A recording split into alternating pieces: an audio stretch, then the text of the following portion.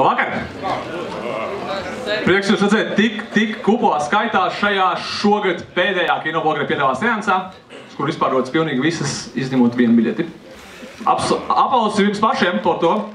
Lūdzu. Un mēs esam šeit ar noskatītos filmu Hobbits, Hobbit triloģijas otro daļu. Pirms filmas būs prezentācijas minūtēm 30, tie, kas to nezin. Tagad jūs zināt. Kā arī svarīga ziņa tāda, katru reizi, ka jūs nokavējat seansu sākumu, nomirst viens kaķēns.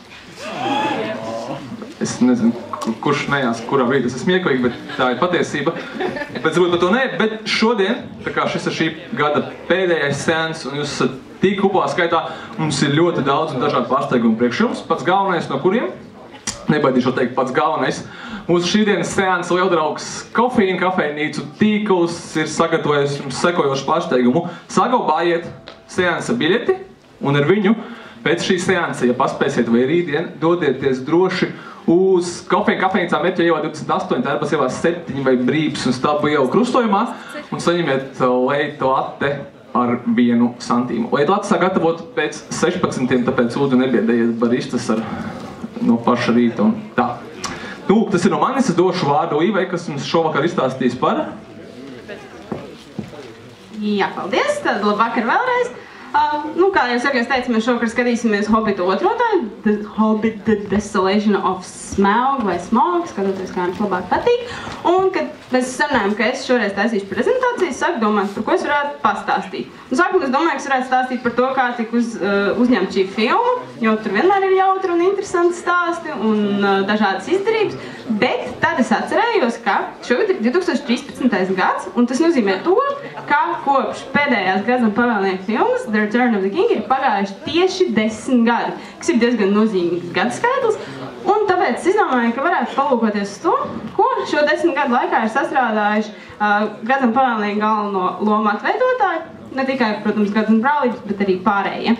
Un es domāju, ka loģiski tikai būtu sākt ar Elijah Woodu, kurš pirmkārt izskatās, ka ir noslēdzis līgumu ar Sātanu, tādā Doriana Greja stilā, jo viņš izskatās aptuveni tieši tāpat, kā viņš izskatījās pirms 10 gadiem. Viņš ir mūžam jauns, acīm redzot. Viņš savu karjeru ir turpinājis diezgan interesantā veidā. Viņš nav ķēries klāt milzīgiem blockbusteriem, cenšoties atdarināt Grazam pavēlnieku veiksmi. Viņš, protams, parādījās pirmajā Hobbitā, kas bija ļoti veiksmīgi, tātad, ka viņš izskatījās tieši tāpat, jo nebija liek jānodarbojas ar grimu un tam līdzīgām lietām. Bet tieši pēc The Return of the King iznākšanas nākamajā gadā viņš parādījās uz ekrāniem, jo iemīļotajā daudz filmā Eternal Sunshine of the Spotless Mind, kopā ar Jimu Carreyu un Kate Winsletu. Tur viņam bija salīdzinoši neliela lomiņa.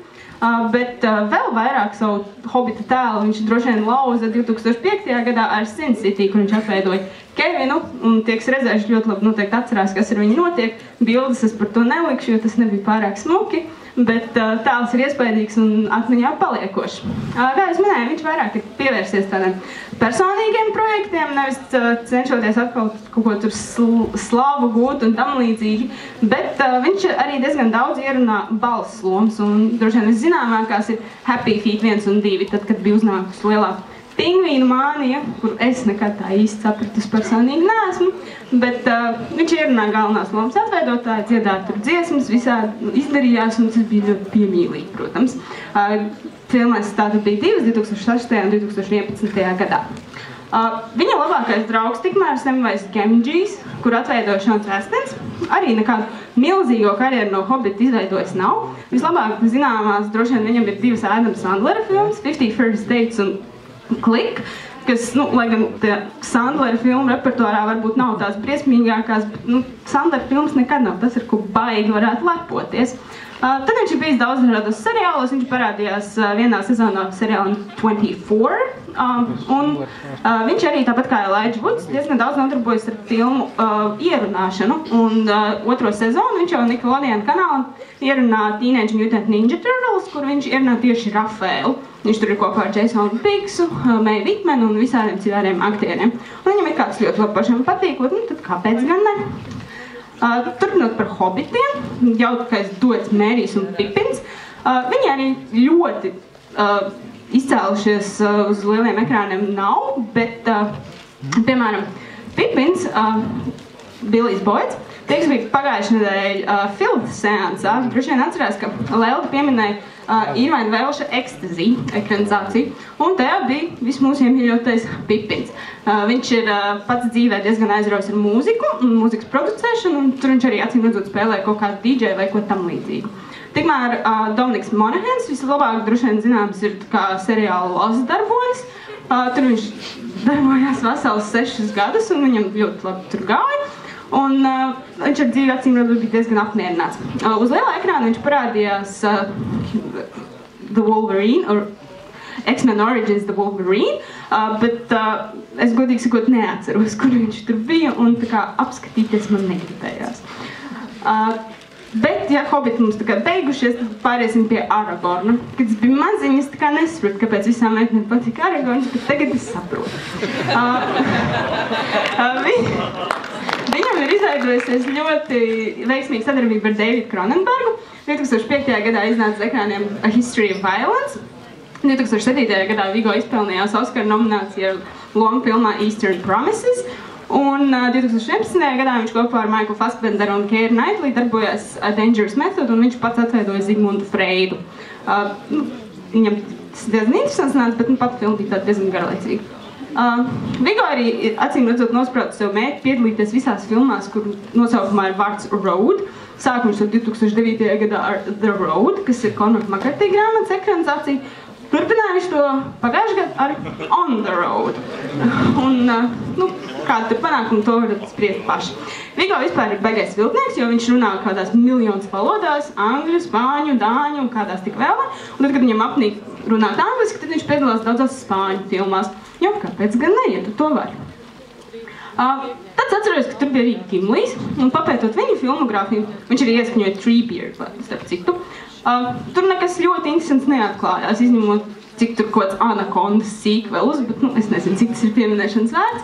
Un vispār galvenokārt viņš izcēlās ar to, ka viņš bija vienīgais no Gredzena brālības locekļiem, kurš neuztetovēja sev devītnieku elfu valodā, tā vietā to izdarīja viņa stand-double, un tāpēc nokaunies Gimli. Pārējot tālāk pie Legolasa, tad, kad man bija 11 gadi, es viņā nenormāli samīlējos. Tā bija man pirmā mīlestība, teikšu godīgi nāklāt. Un varbūt, ka tā bija, varbūt, ka tā nebija, ka man bija tāda klāte, kurā es līmēju iekšā visas lietas par Gredzena pavēlnieku. Tā klāte bija ļoti bieza. Varbūt, ka tā ir, varbūt arī, ka tā nav, ka tā klāte ir izmesta ārā. Un varbūt, ka ja viņa nav izmesta ārā, tad varbūt, ka viņa man ir noglabāta rakstām galdā kaut kur atvilknēm, turbūt arī, ka nav noglabāta. Un varbūt, ka tur 70% aizņēma Orlando Bloom bildes, varbūt arī, ka neaizņēma. Es nezinu, kā tur īsti ir, vairs neatceros. Orlando ir skaists. To arī apliecina Lūks Evans, kurš viņu skatās vienkārši tā, ka es nevaru. Orlando mēs arī, protams, redzēsim šokar, par ko man ir ļoti liels prieks. Viņš pēc Gredzena pavēlnieka piedalījās vēl vienā lielā frančīzē, kur es domāju, jūs visi ļoti labi zināt. Tā ir Pirates of the Caribbean, The Curse of the Black Pearl 2003. gadā, 2008. gadā Pirates of the Caribbean, The Man's Chest un arī At World's End. Man Orlando mīla bija tik nenormāli, ka es biju gatava aizstāvēt pat tādas filmas kā Elizabethtown, kur tajā laikā, kad viņi iznāca, man likās labākā filma ever.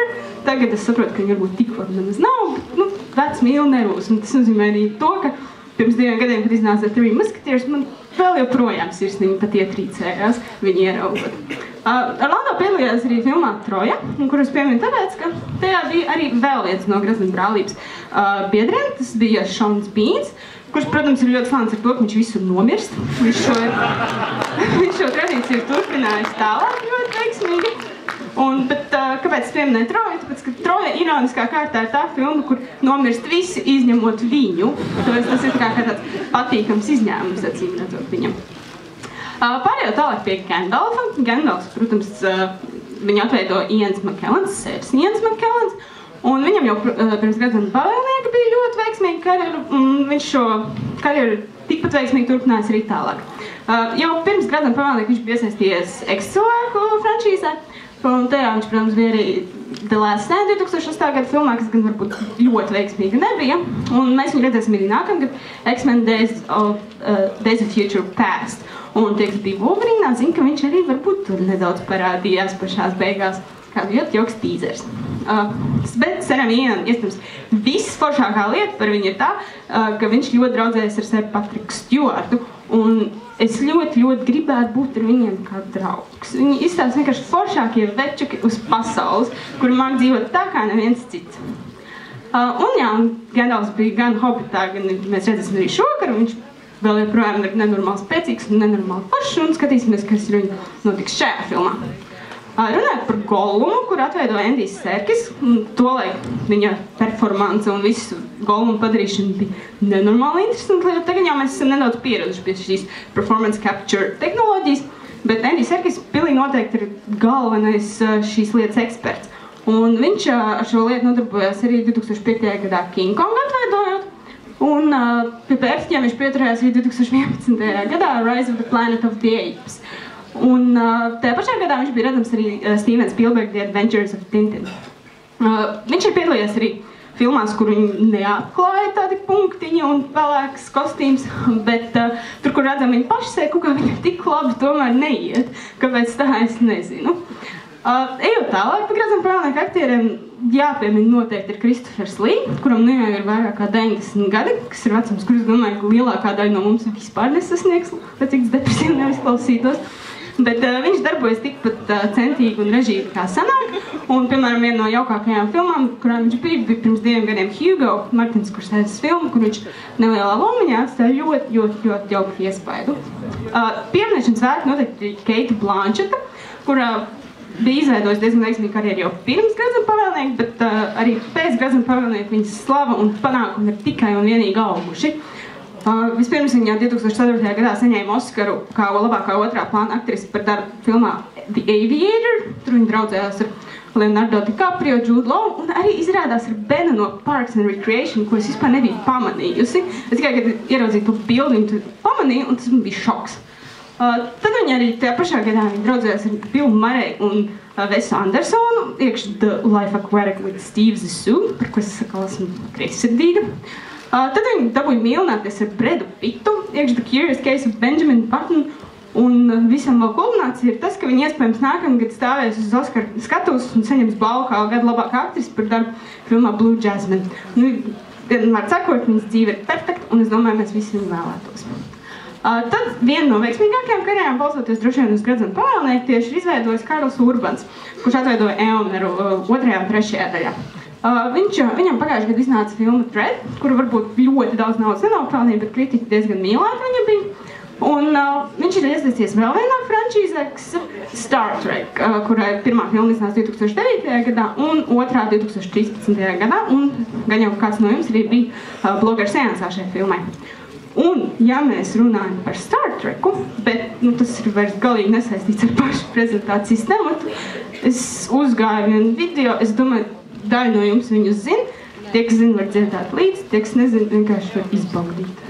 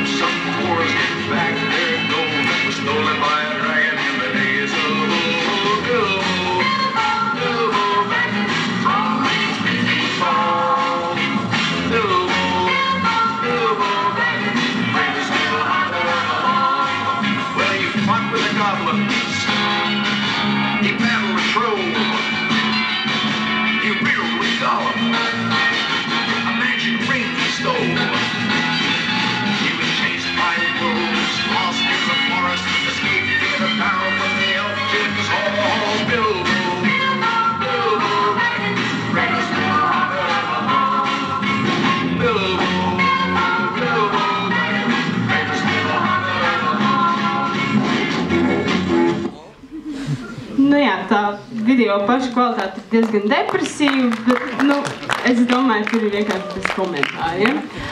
Bet ar to prezentācijas daļu man noslēdzās, un tagad sāks izklaidējošākā daļa, bet konkurss. Un mums šokar ir ārkārtīgi daudz balvu, un visas viņas ir ārkārtīgi foršas un interesants.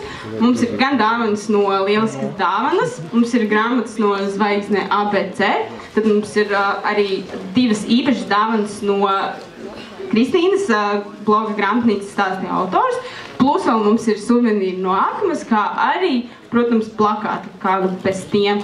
Man palīdzēs ap Sergeju, vismaz viņi man tā solīja. Nu labi, es pagaidīšu viens sekund.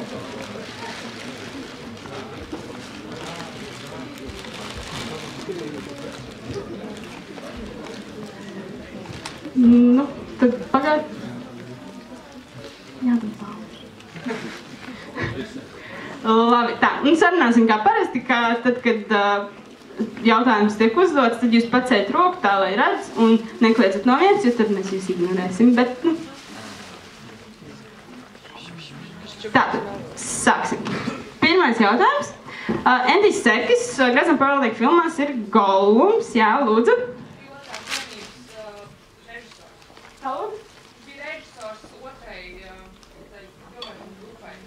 Jā, tieši tā. Pīters Džeksons viņam šoreiz uzticēja ne tikai Golluma atveidošanu, bet viņš bija arī visu 3 filmu second unit director. Viņš acīm redzot, ka kļūt par režisoru, tāpēc šis ir ļoti pat neslikts sākums. Aplausi.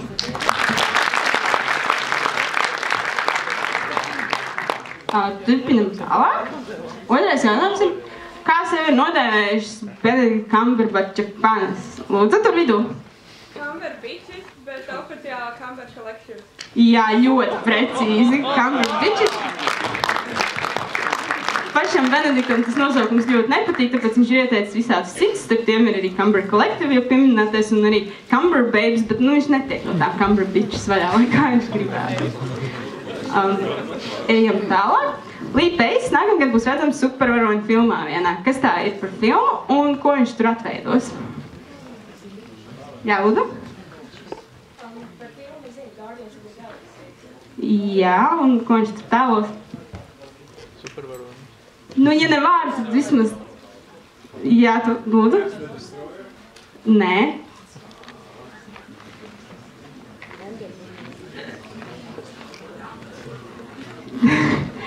Nu jā, viņš tēlo ļaundaļu. Nu labi, es domāju, ka jums abiem var iedot par plakātu, tev vismaz par to, ka tu kādu tēlu nosauci. Kā lūdzu? Nē, Tandus viņš nebūs. Viņš būs Azog di... Tā. Es zinu, ka tas nebija Draks, es atvainojos, ka es neaizmiršu. Viņš ir Ronan the Accuser. Tālāk. Bet jā, viņš būs Guardians of the Galaxy nākamgad, ceram, ka būs interesanti. Turpinot tālāk. Kas bija Peter Jacksona pirmā filma? Lūdzu, tur? Jā, tieši tā, 1987. gadā Bad Taste. Jā, tā bija zombiju filma.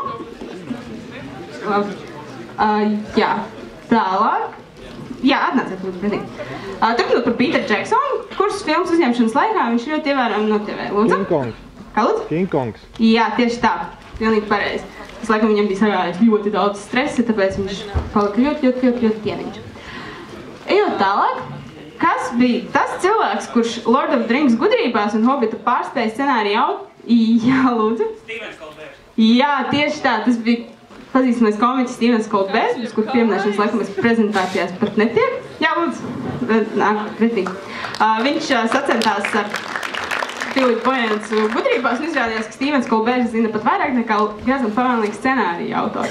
Stevens Colbert, starp citu, viņam ir arī Aragorna zobens, ja nemaldos īpašumā, un viņam esot maza lomiņa, tā kā cameo šajā filmā, tāpēc turam acis vaļā, varbūt, ka mēs viņu varam tur pamanīt, jo viņam kā milzīgam fanam tāda loma tika piešķirta. Ejot tālāk, neskaitot Benedict Cumberbatch, kurš no aktieriem vēl ir atveidošs Sherlock Holmes, lūdzu?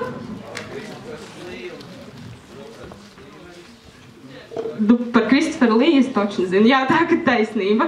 Viņš atveidoja Sherlock Holmesu sanāk un, nezinu, neesmu skatījusies, gan jau, ka tas Christophers Lee noteikti bija ļoti labi. Ja mēs sākam runāt par Sherlocku, tad jautājums ir, kurš no Hobita aktieriem ir Jā, lūdzu? Nē, Sherlock brāli, lūdzu tur. Jā, tieši tā. Tas notika Guy Ritchie versijā par Sherlock Holmesu, kur viņš darbojās kopā ar Robert Downey Jr. un Jude Law un pārējiem, protams.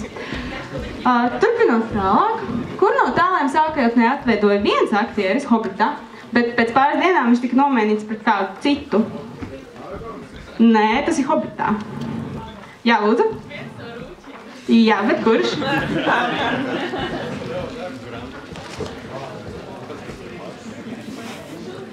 Nu, Rūģis var jau arī minēt. Lūdzu? Nē. Lūdzu? Nē. Kā lūdzu? Jā, Filī, tieši tā. Viņam aktieris nomainījās pēc pāris dienām. Jā, lūdzu, nāciet. Un tagad mums ir divi ļoti īpaši jautājumi no Kristīnas, kura raksta blogā kikalasa.tumblr.com. Blogs saucās Grāmatnīcas stāsts. Ļoti iesaku tur iegriezties. Viņa ļoti interesants lietiņas un stāstas pastāst par tavu grāmatnīcā. Tāds izstāsta viņas blogs un tiešām aiziet un paskatieties. Un viņa mums ir sagādājis ļoti īpašas dāvanas. Mums ir Hobita grāmata angļu valodā viena un Hobita kalendārs. Un viņa arī vēlējās, lai mēs uzdodam īpašus jautājumus. Un tad šie būs tie divi jautājumi, ko sagādāja īpaši tieši viņa. Un pirmais no tiem ir: nosauciet visus rūķu vārdus. Es ļaušu tā meitnē, ja jums jau bija. Pagaidiet, es skaitīšu līdzi.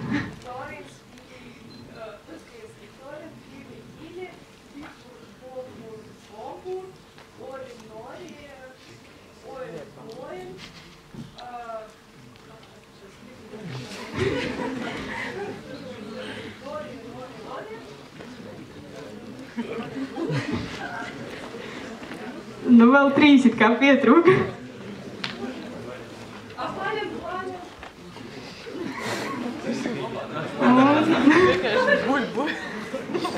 Nu, labi, bija jau praktiski visi. Šeit arī viņi ir izņemot kaut kādiem, es teicu, storiju. Nori, ori, dori, pili, kili, oins, blonds, bombus, bokus, bitus, balons, balons. Ko atcerēt, es vajag mācēt. Un otrs jautājums, kas arī tiem, kas lasījuši grāmatu un lietas zina, jādomā līdz. Nosauciet 3 zobenu vārdus, kuri tiek pieminēti Hobitā. Jums jau bija, lūdzu. Orkrist, Stings un Glamrings. Jā, pilnīgi precīzi. Stings, Glamrings un Orkrist. Apsveicam. Tātad, konkurss mums ir aizvadīts, balvas izdājāts. Neaizmirstiet rīt iegriezties kofīnā pēc kafijas. Un vēl mēs esam iesākuši pēdējā laikā ierakstīt kādu ļoti interesantu lietu no katras seanses, ko šoreiz izdarīs abi Sergeji. Bet ko jūs gribat ierakstīt, tas mums jāstāst pašiem. To pašu, ko Phil. Tas jau bija, paldies. Tur ne. Es ierakstīsim kaut ko tieši pretēji Filtam un kaut ko ļoti tādu klasisku. Un arī jūs visiem zinām, mēs ierakstīsim One Ring to Rule Them All.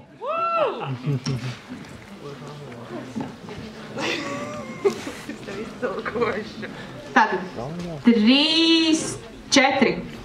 One ring to rule them all.